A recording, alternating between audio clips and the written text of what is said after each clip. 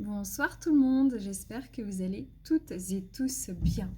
Ce soir ou aujourd'hui, pour ceux qui regardent la vidéo en journée, j'ai envie de vous partager 5 leviers indispensables en fait à l'humanité. Donc c'est vraiment ma vision des choses. Ce n'est pas une vérité, comme j'aime le dire. Personne ici sur Terre, à mon sens, a de vérité. On est tous une part de vérité, vu qu'on est tous de la mémoire d'ici et d'ailleurs. Et ce qui est une part de vérité, mais n'est pas la vérité. Donc ensemble, on est tous une petite partie de vérité, tout à chacun. Voilà comment moi je représente la vérité dans notre monde physique et matériel. Ici, on est tous une part de cette vérité parce que nous sommes, tout simplement. J'ai envie de faire cette petite vidéo pour vous permettre d'avoir des clés sur votre chemin, tout simplement. Et puis, pour pouvoir aussi amener peut-être aussi une nouvelle manière, une nouvelle vision des choses pour certains ou certaines, sachant que cela n'est que le partage de ma propre vision des choses. Donc, pour moi, il y a 5 leviers importants chez un être humain. C'est son ignorance, sa conscience, son respect, son amour et sa nature, et la nature surtout. L'ignorance, ça peut paraître péjoratif, pas très enchanteur. Hein. T'as un ignorant, c'est un peu réducteur comme ça. Alors qu'en fait, lorsque vous êtes dans l'ignorance, vous ignorez quelque chose et ce quelque chose devient une possibilité complète et totale. Tout ce que j'ignore devient une possibilité, devient une ouverture. Si je pense trop savoir, alors c'est que je vis complètement dans la projection. Et la projection n'est qu'une image que mon cerveau se fait par rapport à ses propres mémoires, à ses propres émotions, à ses propres ressentis et aux dogmes qu'il a entendus durant toute sa vie. Donc, en étant ignorant, vous vous donnez la possibilité de tout découvrir, de tout ouvrir, tout simplement, ouvrir toutes les possibilités, les opportunités. Si vous êtes que dans le savoir et pas dans l'ignorance, vous pensez savoir, vous pensez être dans la vérité, alors que ce ne sont que des projections de votre part. Donc lorsque l'on est ignorant, tout devient possible, tout devient ouvert.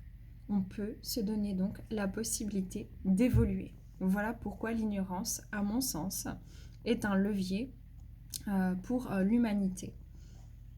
Les chou réglisse, elle veut trop des câlins en ce moment, elle veut trop mon magnétisme. Non, ma petite règle.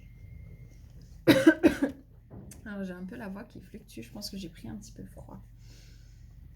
Ensuite, on a la conscience. Qu'est-ce que la conscience? Ben, la conscience, c'est ce qui subsiste.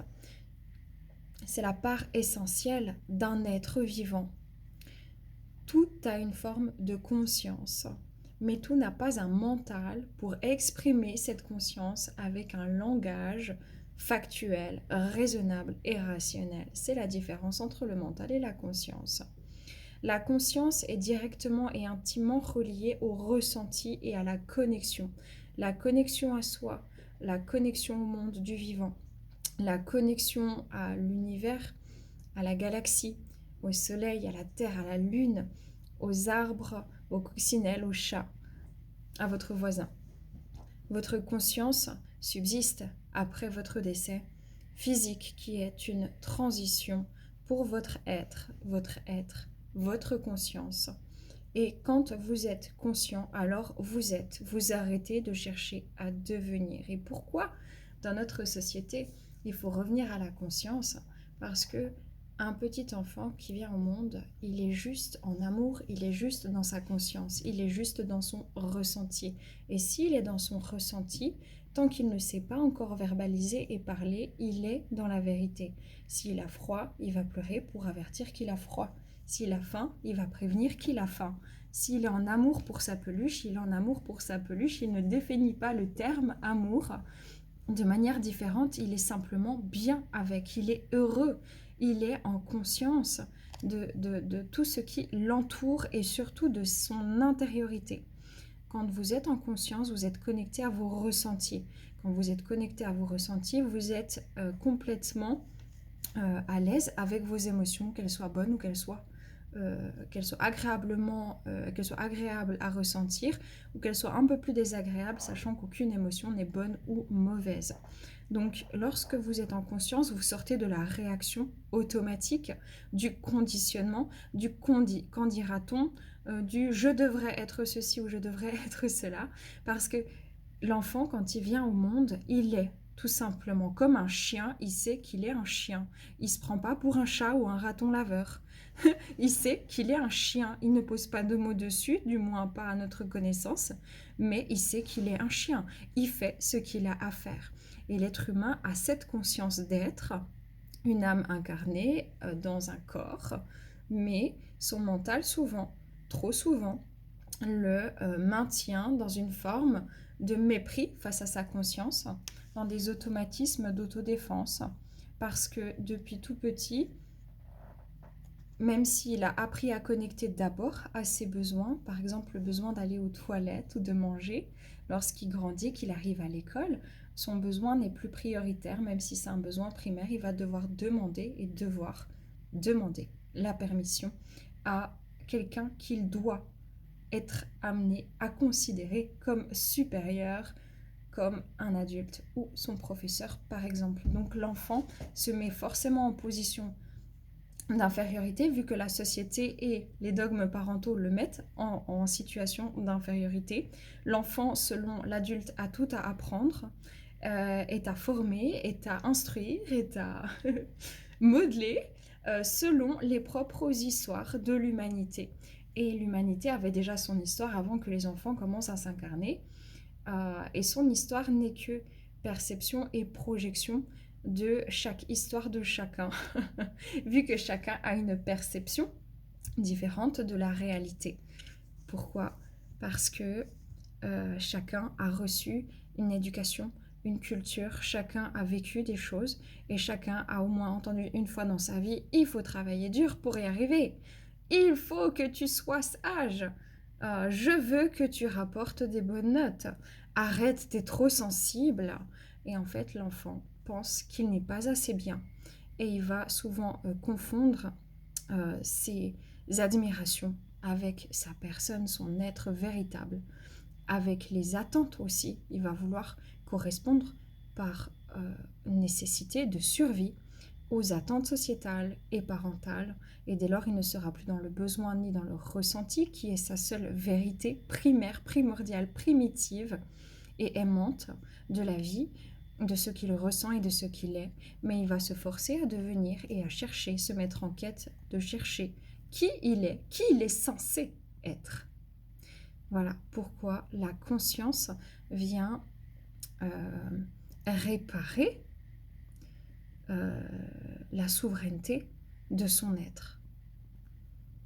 Ce n'est que en prenant conscience que l'on peut se reconnecter à son être véritable, donc à sa propre conscience, en mettant en lumière ses problématiques, ses dissonances cognitives, pour pouvoir rentrer dans sa vérité qui est sensitive, émotionnelle, parce qu'elle est réelle, elle n'est pas une projection de je ne suis pas à la hauteur, je ne vais pas y arriver, ou qu'est-ce que cette personne pense ou ressent pour moi, ou est-ce que je vais réussir dans ce travail, qui là est une voix intérieure erronée, c'est un juge intérieur, c'est une voix du savoir et pas une voix de la sagesse, car la voix du savoir nous a été transmise de génération en génération, dans une humanité biaisée par le mensonge, par la tromperie, par la duperie et par l'ignorance, qui a perdu en fait son côté sacré pour devenir connaissance, et connaissance à travers la perception biaisée de tout un chacun qui le transmet de génération en génération pour enrichir un système qui s'autodétruit, tout simplement. Voilà pourquoi le levier de la conscience est primordial. Pardon pour... je pense que vraiment j'ai chopé froid. Je suis en guérison. Voilà, c'est une guérison. C'est quand le corps s'exprime, c'est le corps qui guérit. Quand le corps s'exprime, c'est l'être aussi. Il faut revenir au corps, il faut revenir au ressenti. Le corps a cette intelligence innée qui nous prévient, qui nous alerte de la nécessité de prendre soin d'une partie de nous ou de nous-mêmes, d'une émotion qui vient faire écho à un besoin, peut-être qui n'est pas encore comblé, par exemple. Donc pour ma gorge, je me fais un bon thé de thym, miel, citron, qui est un antibiotique naturel. Voilà. Ensuite, de quoi on a le levier du respect. J'ai noté une phrase par rapport à ça, j'ai marqué « Reconnaître son individualité au sein de ses liens avec les autres ». Donc pour moi, le respect, c'est d'être... On peut atteindre le respect que lorsque l'on est dans l'ignorance, parce qu'on sort justement de la connaissance, du dogme et de la transmission de ce qu'on a appris et de ce qui n'est pas vrai. Parce qu'il n'y a rien de ce qu'on a appris qui est réel. On a décidé d'appeler un chat parce qu'on s'est tous mis d'accord sur ce mot. Mais en fait, on est complètement dépendant de notre mental parce que dès le moment où je vous dis chat, vous visualisez dans votre tête un chat, ce qui révèle aussi votre pouvoir créateur.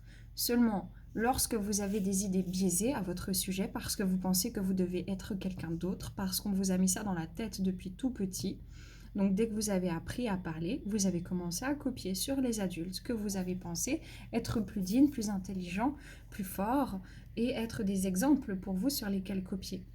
Vous avez perdu votre souveraineté à ce moment-là, comme moi, comme tout le monde, tout être humain. Donc notre cerveau, il a une capacité de mémorisation. On n'est que de la mémoire, donc on peut se rappeler. Si je vous dis un chat, vous pouvez très bien visualiser un chat. Si je vous dis un gorille, tout de suite là, vous avez pensé à un gorille. C'est logique. Donc l'être humain a un pouvoir créateur merveilleux, mais il faut qu'il puisse être dans son ignorance, sortir justement de la connaissance du mensonge pour rentrer en conscience dans son être, dans son émotion, dans son ressenti propre et pas dans sa voix intérieure qui peut être biaisée malgré les bonnes intuitions aussi qu'elle peut lui permettre, dont elle peut permettre l'accès pour enfin pouvoir reconnecter au respect de soi, au respect du vivant, au respect de l'autre. Donc, comment je me respecte? Je reconnais mon individualité, ce qui fait que je suis moi, et pas ce qui fait que je devrais être cette personne-là, que je me suis mis en tête, idéalisée, etc. Je reconnais que je suis moi-même au sein de l'ensemble du vivant, que je respecte, vu que moi-même, je m'écoute, je m'entends, je me vois, je suis. Voilà, donc ça c'est le levier du respect. Ensuite, on a le levier de l'amour. L'amour qui est c'est l'énergie moteur en fait d'un être humain. Un enfant, quand il vient au monde, il est en amour pour son papa, sa maman, son entourage, ses jouets, son chat. Quand il est contrarié, il ne fait pas l'indistinction entre ça c'est bien ou ça c'est mal. Il ne catégorise pas, il ne dualise pas. En fait, il est entier, il est souverain, il est intègre. Il est dans l'amour de ce qui est. Il est dans le ressenti. Il aime. Il n'a pas peur d'être rejeté. Il n'a pas peur d'être abandonné. Il n'a pas peur de ne pas être à la hauteur. Ça, c'est des choses qui viennent chez lui après des traumatismes, après avoir entendu maintes et maintes choses difficiles à son sujet. Mais l'enfant, il est juste de l'amour quand il vient au monde. Et le moteur de la vie, c'est l'amour. Combien d'entre vous, vous faites-vous du souci dans votre domaine relationnel et sentimental? Nous avons besoin d'être en lien les uns avec les autres. D'ailleurs, toutes nos âmes, nos consciences sont connectées les unes avec les autres et c'est pareil avec les défunts et le monde invisible. Le monde invisible a toujours fait partie de notre monde d'une manière très claire et cohérente, mais dans certains continents, ça a été mis sous cloche, c'est tabou, alors que dans d'autres continents, il n'est pas du tout tabou que de penser comme ça. Et c'est là où on voit justement que la connaissance, par exemple scientifique, a pris le pas sur l'ignorance. L'ignorance permet d'être humble, et lorsque l'on n'est pas humble, lorsqu'on est trop dans la surconnaissance, qu'on est trop sûr de soi, qu'on pense détenir une vérité, on n'est pas du tout dans la conscience, on est dans l'incompétence. On n'est pas en train d'exprimer notre conscience, mais on est en train de biaiser notre conscience par le plan mental duquel nous sommes dotés pour réfléchir, mettre en action, mais normalement mettre au service ce mental mettre notre mental au service de notre conscience et pas l'inverse.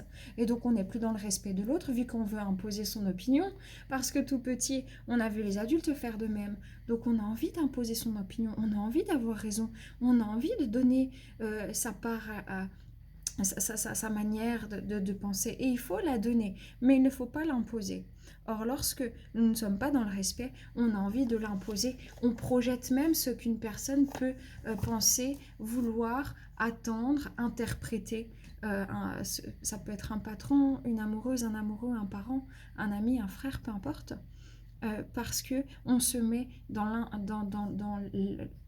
manière très égotique, très égoïste, au centre même de la vie des autres, parce qu'on voit tout depuis notre propre centre, vu que tout vient d'une perception de notre mental. Et c'est pour ça qu'il faut revenir à la conscience pour pouvoir ouvrir le champ des possibilités, rentrer dans une ignorance en se disant ok, il y a plein de choses que je ne connais pas et je ne connaîtrai jamais de vérité. Par contre, je peux exprimer une part de ma vérité propre quand je suis alignée à mon être, à mon ressenti, à mon corps, à mes émotions, parce que ça c'est réel, ça c'est vraiment ce que je suis à ce moment-là. Ce n'est pas une projection, ce n'est pas une pensée, c'est vraiment ce que mon corps, mon cœur, mon âme exprime. Et je suis dans le respect de moi parce que je sais accueillir tout ça et je sais apprendre maintenant à désapprendre le dogme, à désapprendre la pensée unique et à rentrer dans mon intériorité, à avoir certes mon opinion, à pouvoir la proposer mais sans l'imposer, et à être dans le respect d'autrui parce que je suis moi-même dans le respect de moi-même. Et là, je peux rentrer dans l'amour de moi, et quand je suis dans l'amour de moi, alors je suis dans l'amour de l'autre, et si je suis dans l'amour de moi-même et de l'autre, je suis dans l'amour de l'ensemble du vivant. Je ne ferai pas parfaitement, mais je suis un être parfait. Je suis un être qui est né tel qu'il est. Je dois chercher une perfection parce que ma tête me dit que je dois m'améliorer, parce que sur les panneaux publicitaires, je vois des hommes ultra musclés et des femmes plantureuses. Et je pense dans mon inconscient. Donc, je fais une projection et c'est mon mental qui pense que je ne suis pas assez beau ou assez belle, ou que je devrais rapporter des meilleures notes pour satisfaire les besoins, les attentes de mon père qui lui-même est dans son inconscience et pas dans la conscience et pas dans le respect de lui, ni dans le respect de moi-même, ni dans l'amour de moi, ni dans son amour propre. Pourquoi ? Parce que par exemple, mon père met des attentes pour sécuriser son propre intérieur par mon biais, en pensant que je suis une continuité de ce qu'il est. Parce que si je ne réussis pas, c'est qu'il n'a pas réussi à me transmettre les clés. Donc, il ne m'individualise pas, il fait une projection que je suis la continuité de lui. Donc quelque part, je lui appartiens. Voilà le monde dans lequel on vit. Et le vivant, pourquoi ? La nature, le vivant, parce qu'on est dans une société qui malheureusement est en train de tuer le vivant de toutes les manières possibles, imaginables. Et tout ce qui est vivant a une conscience. Et quand on fait du mal à des consciences, on se fait du mal à soi, vu qu'on est tous interconnectés en tant que conscience collective, en tant que conscience du vivant, en tant que monde interconnecté. Nous faisons du mal à l'être Et si on fait du mal à l'être, on fait du mal à la conscience. Et si on fait du mal à la conscience, alors on est dans l'auto-saboteur. Et si on est dans l'auto-saboteur, c'est qu'on n'est pas conscient. Et si on n'est pas conscient, c'est qu'on reste dans la connaissance des dogmes que l'on a transmis. Donc nous ne sommes pas dans l'amour, ni dans le respect. Et si nous ne sommes pas là-dedans, nous ne sommes pas souverains. Donc voilà, c'est vraiment ce que j'avais envie de transmettre. Soyez ignorants pour que tout soit une possibilité. Soyez conscients de l'être que vous êtes. Stoppez vos petites voix intérieures et revenez au ressenti fondamental. Ce que vous ressentez est réel. Ce que vous projetez ne l'est pas. C'est une image mentale parce que l'être humain fonctionne comme ça. Si je vous dis hippopotame, vous pensez à un hippopotame. Vous créez une image mentale. Mais vous allez penser à l'hippopotame que vous allez voir dans tel livre où il va être représenté chez quelqu'un d'autre par un film. Parce que vous avez enregistré ça en mémoire. Donc l'hippopotame aura une morphologie différente dans chacune de vos projections. Ok? C'est juste qu'on s'est mis d'accord sur le mot hippopotame et que le mot hippopotame vient réactiver quelque chose qui est de l'ordre de l'inconscient, qui est enregistré. Il suffit d'un stimuli extérieur pour venir réactiver cette mémoire et cette image. Soyez dans le respect. Le respect de vous-même, c'est accepter votre individualité, accepter ce qui fait que vous êtes unique, mais dans la connexion de l'ensemble. Des personnes aussi qui sont uniques, des êtres qui sont uniques. Et soyez dans l'amour parce que c'est le moteur dans votre vie. On ne peut pas soigner quelqu'un de souffrant avec de la maltraitance. Un chien n'est ni bon ni mauvais. Si on maltraite un chien, le chien a de grandes chances de devenir dangereux et de vous mordre, mais parce qu'il a été maltraité, parce que de base, le chien, il est aimant. C'est pareil pour l'être humain. On ne peut pas guérir ni soigner sans amour. On ne peut pas être joyeux, être bien, se sentir waouh, en lien avec l'ensemble si on n'est pas dans l'amour. Mais l'amour ne se recherche pas, l'amour ne se travaille pas.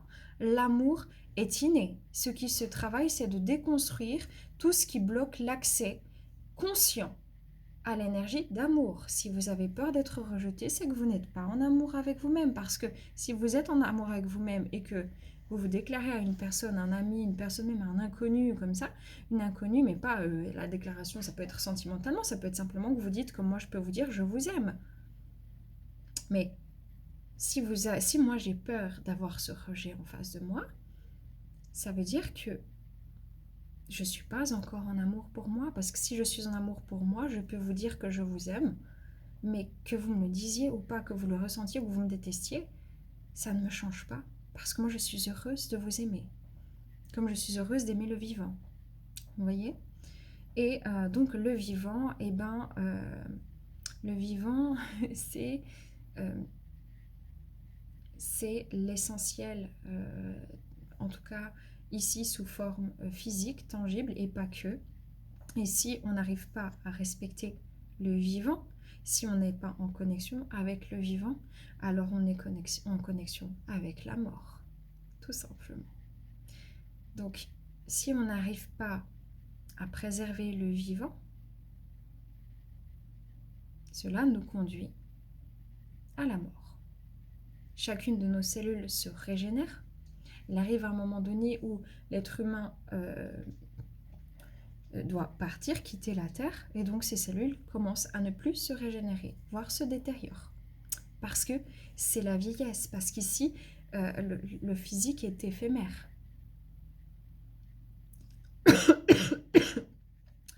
En préservant le vivant en vous et autour de vous, vous préservez la vie en vous. Le temps que votre vie doit durer. Et donc, vous êtes dans la gratitude de chaque journée qui vous est donnée de respirer. Voilà, c'est vraiment ça que je voulais vous transmettre, les amis. Je ne sais pas si ça sera très clair, mais ça m'a fait très plaisir de vous transmettre ça. Je vais aller me refaire un bon thé et me donner une belle nuit de sommeil. Paix, amour sur vous les vôtres, prenez soin de vous. Et à bientôt, bye bye.